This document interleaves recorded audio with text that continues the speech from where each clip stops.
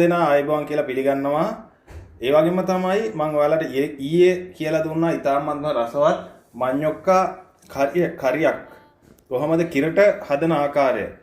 ඒත් එක්කම තමයි මම අද ඔයාලට කියලා දෙන්න යන්නේ කෙසෙල් ඉතාමත්ම රසවත් ලෙස මේ කෙහෙල් මුවේ පුච්චලා ඉතාමත්ම රසවත් ලෙස හදන ආකාරය. එතකොට මම අරන් තියෙනවා මේ මධ්‍යම ප්‍රමාණයේ කෙසෙල් මුවක්. වීඩියෝ එකට යන්න කලින් ඔයාලෙන් ආදරෙන් ඉල්ලා සිටිනවා මේ වීඩියෝ එක කමෙන්ට් කරන්න, ලයික් කරන්න, ෂෙයා කරන්න අමතක කරන්න එපා කියලා. ඒ වගේම තමයි තවත් කෙනෙකුට බලන්න ෂෙයා කරන්න කියලා ඉතාමත්ම ආදරෙන් ඉල්ලා සිටිනවා. එහෙනම් අපි වීඩියෝ එකට යමු. ඉස්සර මේ කෙහෙල් මුව පුච්චනවා මෙන්න මේ විදිහට.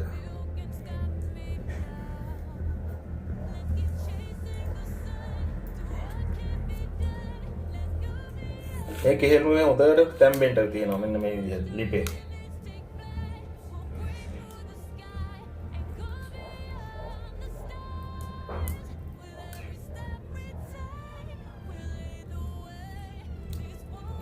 මෙන්න මෙහෙම හරව හොඳට පුච්චනවා. කෙහෙල් මුවේ පිච්චීගෙන එද්දි මෙන්න මේ වගේ වෙනවා. දැන් මේ කෙහෙල් මුවේ පිච්චිලා තියෙන හොඳට පිච්චිලා තියෙන මේ. ඊට පස්සේ අපි මේක ගන්නවා.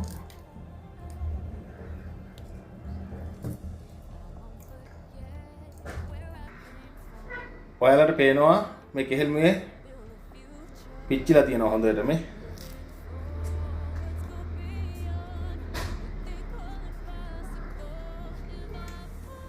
ඒත් එකම රැඳිලා ඉන්න කියලා ඉල්ලා සිටින ඔයාලගේ වීඩියෝ එකත් එක්ක. ඊට පස්සේ අපි කෙහෙල් මුවේ මෙන්න මේ විදිහට කපලා අයින් කරගන්නවා. ඉතින් දැන් මේක හොඳට හොදලා තියෙන්නේ. නැත්තම් අලු හිටිනවනේ.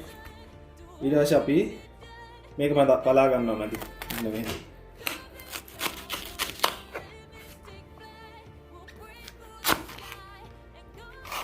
මෙන්න මේ ආකාරයට පලා ගන්නවා. ඊට පස්සේ මෙන්න මෙහෙම හරි මැදින් පලනවා. පලලා මේ අපි අයිනේ කපලා අයින් කරනවා. ඊපස්සේ පොඩියට කපාන යනවා මෙන්න මේ.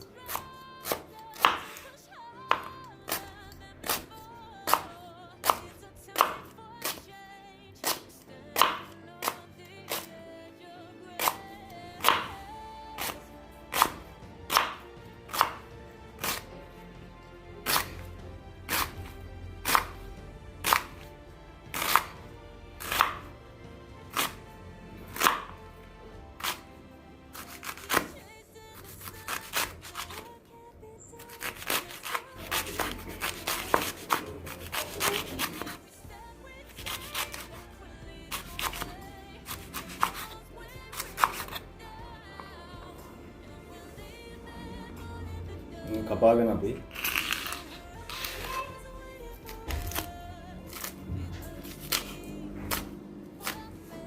මෙන්න මේ විදිහට තවත් පොඩියට කපා ගන්නවා චූටි වෙන්න.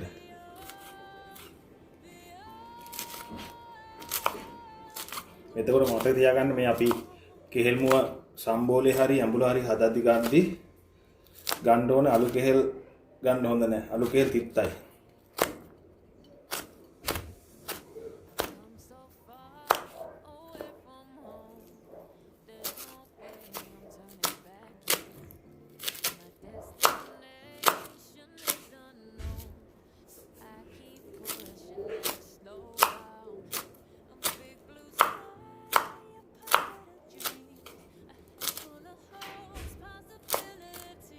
දැන් හොඳට පොඩියට කපලා තියෙන හොඳටම පොඩි වෙන්න කපලා තියෙන.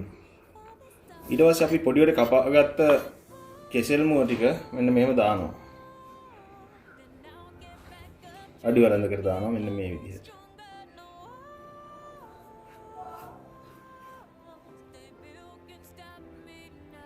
එක අයින් කරලා තියෙනවා. ඊට පස්සේ අපි ලුණු ගෙඩිය මෙන්න මෙහෙම පොඩියට කපා ගන්නවා.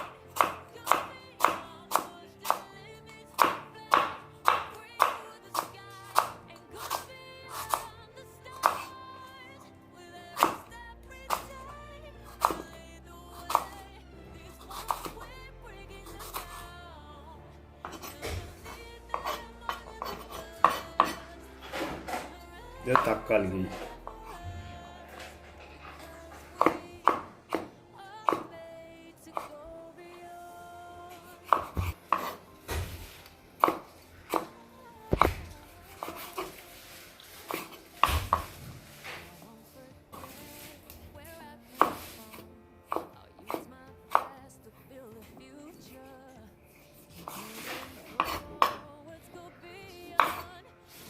ඊට පස්සේ අමු මිරිස්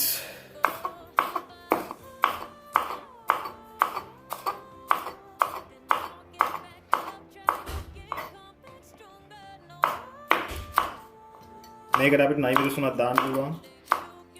එහෙනම් අමු මිරිස් දාපුවම ගොඩක් රසයි මේක.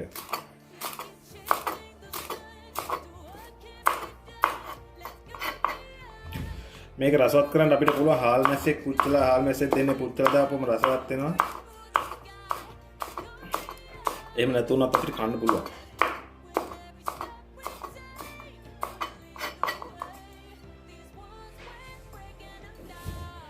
ඊට පස්සේ අපි මෙන්න මේ විදිහට මේකට දානවා හීනියට කපාගත්ත අමු මිරිස්, තක්කාලි, බීලුණු ටික දානවා මේකට. මේ කෙසෙල් මොව සම්බෝලෙට.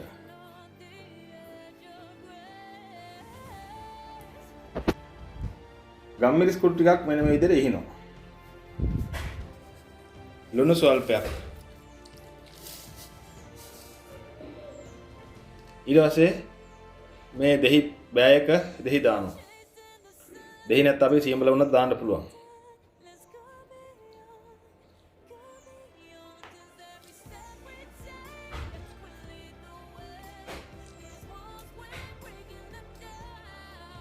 දැන් අපිට තියෙන්නේ මේක අනා ගන්න.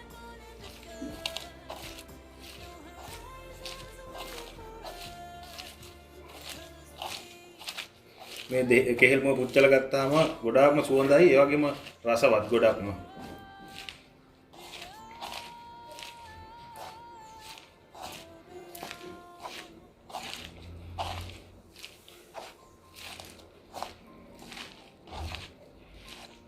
කලිමුත් කරා වීඩියෝ එකක් කෙහෙල් මොව ඇඹුලක් කොහොමද රසවත් ලෙස හදන්නේ කියලා. ඒකට ඇත්තටම මට views තිබ්බා 50000ටත් වැඩිය. එතකොට මේ කෙහෙල් මොව වල තියෙන ගුණ අසීමිතයි. එතකොට පීකුදු වගේ 10 ගුණයක් ගුණ තියෙනවා මේ කෙසෙල් මොව වල. ඉතින් ඔයාලත් මේ කෙසෙල් මොව සම්බෝලේ කාලා බලන්න ඉතාමත්ම රසවත්. එකපාරක් කෑවොත් ඔයාලට ආයෙත් කන්න හිතෙනවා. ඒ තරම්ම රසවත් මේ කෙසෙල් මොව සම්බෝලේ. එතකොට මේ තියෙන්නේ ඉතාමත්ම රසවත් ලෙස කෙහෙල් මුව පුච්චලා රසවත් ලෙස හදාගත්ත කෙහෙල් මුව සම්බලය. එතකොට මම ඔයාලගෙන් ඉල්ලා සිටිනවා මේ වීඩියෝ එක කමෙන්ට් කරන්න, ලයික් කරන්න, ෂෙයා කරන්න එපා, අමතක කරන්න එපා කියලා. ඒ වගේම තමයි මේ වගේ වැදගත් වීඩියෝ එකක් අරන් ඊළඟ සතියේත් ඔයාලා හමුවට එනවා. එහෙනම් රැඳී සිටියාට බොහොමත්ම ස්තුතියි.